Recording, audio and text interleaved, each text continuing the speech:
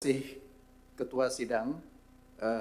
Saya menyampaikan selamat setelah diuji berulang kali dalam lapis 3 kali ujian pra-kandidasi, ujian makalah, dan masuk ke ujian disertasi setelah menjadi kandidat doktor, 5 lapis, dan 3 tagihan jurnal nasional dan internasional. Baik, sebetulnya masuk UI itu gampang, yang susah itu parkirnya sebetulnya. Pertanyaannya adalah dari disertasi ketahanan partai yang menjadi kunci utama itu adalah kepemimpinan. Alhamdulillah saya melihat ketegasan kepemimpinan di PDIP memang kuat, tegas gitu. Tapi bagaimana PDIP menjaga ketahanan partai dari ancaman konflik yang destruktif ke masa depan? Khususnya konflik terkini antara PDIP dengan Presiden Joko Widodo misalnya. Ya. Mungkin itu.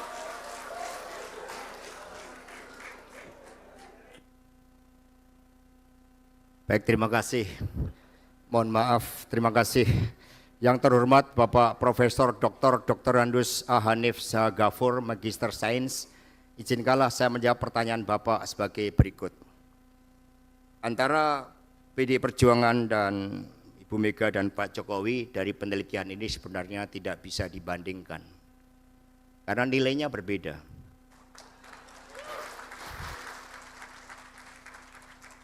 Yang satu berjuang untuk Indonesia Raya yang sejati-jatinya. Yang satu memenuhi karakter the triangle of authoritarian. Sebagai contoh, the way of Machiavellianism. Ada 3 aspek yang diajarkan oleh Machiavelli. Yang pertama, jadilah orang munafik dan pembohong yang hebat. Yang kedua, mencapai hal-hal yang besar dengan menipu. Ini ada teorinya. Yang ketiga, tidak pernah kekurangan alasan yang syah untuk mengingkari janji-janjinya. Dan Ibu Mega selalu menanamkan kepada kami bahwa beliau masuk politik itu dengan berjanji kepada Bung Karno.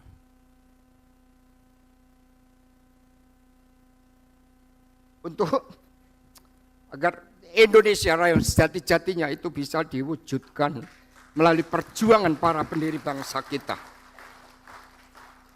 Dengan demikian, dari teori ketahanan partai ini terbukti bahwa meskipun PDI itu luka-luka, karena memang yang dihadapkan adalah watak kekuasaan itu, yang oleh Dr. Sukidi, beliau mengutip pernyataan Profesor Stephen Levitsky yang mengatakan bahwa abuse of power di lingkungan elit dilakukan melalui mekanisme terstruktur, sistematis, dan masif, dan hal tersebut hanya bisa dilakukan oleh pembunuh demokrasi. Lalu dalam teori Hannah Arendt tentang the banality of evil ditegaskan mengapa ada orang yang bisa menjadi begitu kejam. Ternyata banyak orang yang melakukan tindakan-tindakan kekerasan, violence, itu karena mereka di dalam struktur sosialnya yang dalam teori Arendt tersebut.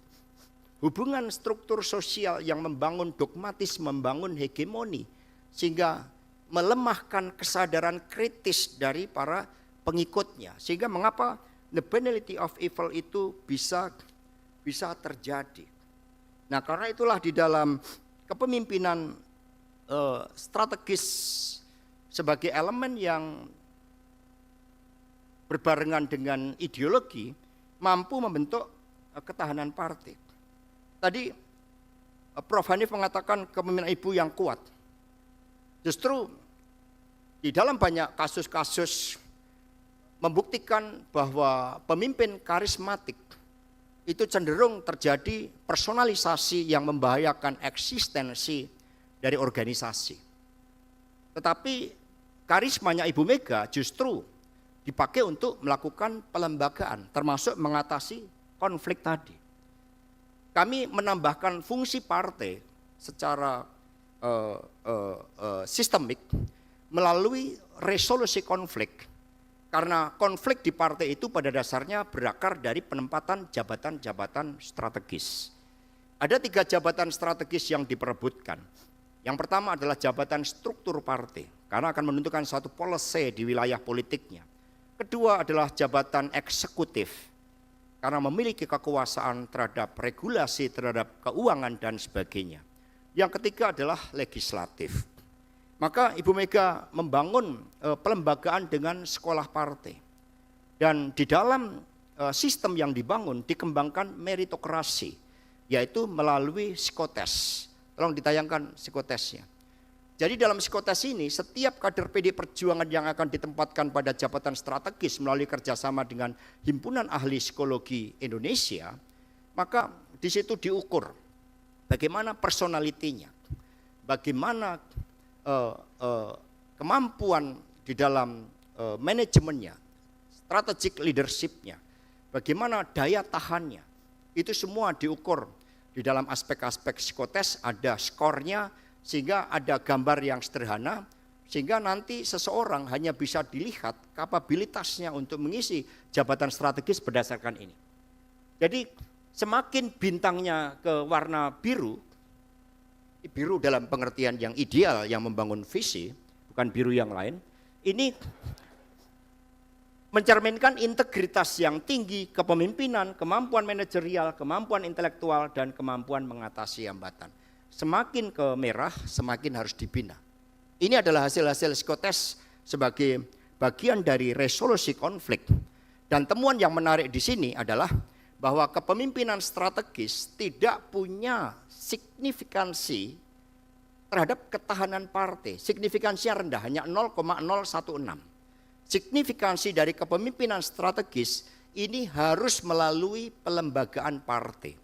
Dan ideologi memiliki faktor signifikansi terbesar sebesar 0,647, tetapi pengaruh ideologi terhadap ketahanan itu sangat besar, yaitu 0,792 kali pelembagaan kali 0,647 kali ideologi.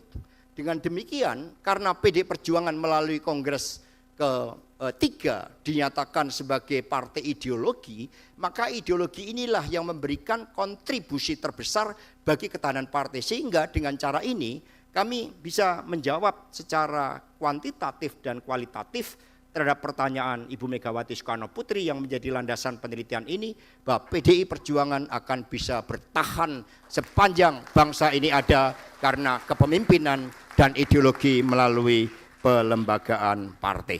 Demikian, terima kasih. Waktu habis.